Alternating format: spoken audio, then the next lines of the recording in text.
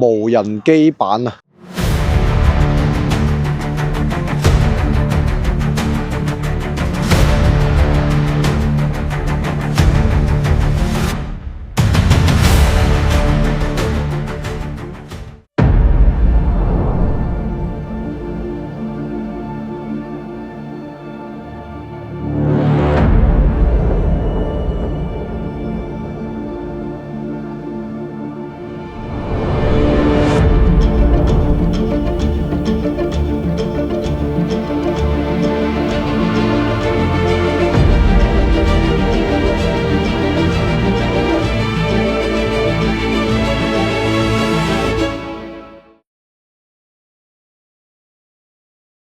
！Hello， 各位街坊，大家好！今期我黎明新車速遞，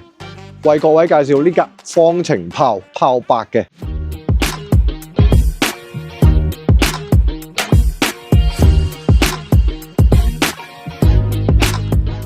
同埋呢架有特點嘅無人機版啊！應該喺成個 YouTube channel 上面咧都會有其他 YouTuber 介紹過方程炮呢個品牌啦，亦都我較早前有介紹過方程炮 Type 3，但係呢部旗艦級嘅產品方程炮炮8。各位香港、澳門街坊想喺國內買新車，但又驚手續繁瑣，揾途勝車行就啱晒啦！我哋專業代購國內所有全新車品牌，無論熱門嘅電車定係豪華品牌，通通都有。最緊要我哋提供一條龍服務，幫你搞掂晒所有手續，直接上埋深圳粵 B6牌，免費辦理深圳指標，冇居住證嘅客戶，通通都可以。等你可以輕鬆出車之餘，無後顧之憂，唔使自己煩，專業事交俾我哋做，即刻聯絡途勝車行，揀翻架心水靚車啦。咁咧呢部車我都稱之為佢叫龐然大物啦，5米1幾嘅長度，高度1米9幾，行埋去係咪覺得我相當之渺小啊？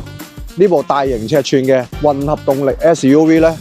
可油可電，亦都有拆運技術。究竟有咩亮點呢？我擺低呢個遙控器，一一為各位街坊講述。首先啦，呢架炮8咧係有比亞迪當家嘅雲輦 P 嘅懸架系統啦，可升降高低。然後咧呢部車嚟到頭部介紹啦，好靚嘅鬼面罩，遠近燈作為咗同一個燈組，都有 LED 透鏡式嘅，同埋睇翻頭部喎，3隻角嘅，係啦冇錯。激光雷達，再搭配翻華為乾坤智駕功能 ，ADS 3.0，呢部車都會兼顧到超叻嘅智駕。好啦，嚟到車身側部，講翻輪鈴啦，21寸嘅輪胎，米芝蓮嘅低滾阻式嘅設計，再走入到部車嘅內籠啦，隱藏式嘅門扣手，自動開合，降低風阻設計之餘咧，跟住呢部車會更加兼顧空氣動力學。嚟到呢部車啦，方程炮當家嘅帝雅雷音響亦都會有齊啦。再睇翻成部車嘅內籠，座椅嘅軟熟程度係相當之優秀嘅，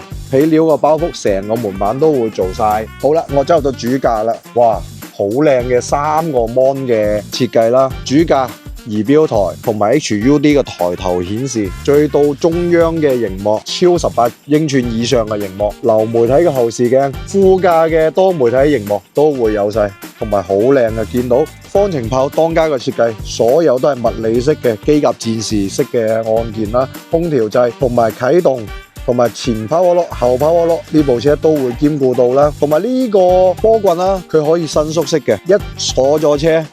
落車嘅狀態，佢自動會縮埋翻嚟。呢個設計係相當之前衛嘅，成堂軚盤啦，俾我感受到揸上去好親膚嘅感覺。皮料做得嘅材質咧，相當之軟熟，包裹性好好。好啦，各位街坊，呢部車咧係7人座嘅空間，當然啦要揸到後排，俾各位街坊感受一下。後排嘅面積去到點呢？2排咧一啲都唔逼夾，亦都有2拳左右嘅空間。再睇翻佢2排喎，呢啲老闆掣啊、按摩凳啊，全部會有晒，同埋2排嘅空調、冷氣位、按摩位，全部都係液晶形式表現出嚟嘅，全部都可以用呢2個 mon 控制到後排嘅座椅按摩啦、通風啦、加熱啦，同埋多媒體控制功能，控制音樂啊，全部都會有晒。去到後備箱空間，門扣手咧喺呢度。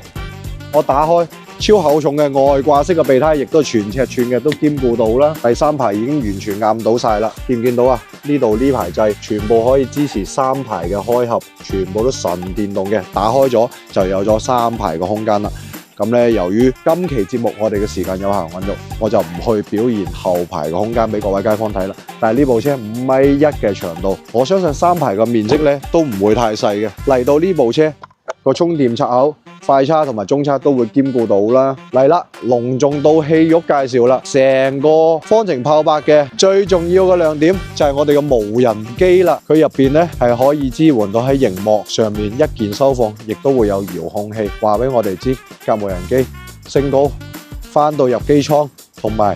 去到戶外玩放隻無人機出嚟，大家可以諗到幾舒服、幾寫意嘅一件事。好啦，今期短暫嘅新車速遞我就講到呢度，勁多灣區出車嘅資訊，歡迎各位街坊撳爆我呢個 channel，多啲 follow同埋多啲評論，多謝各位。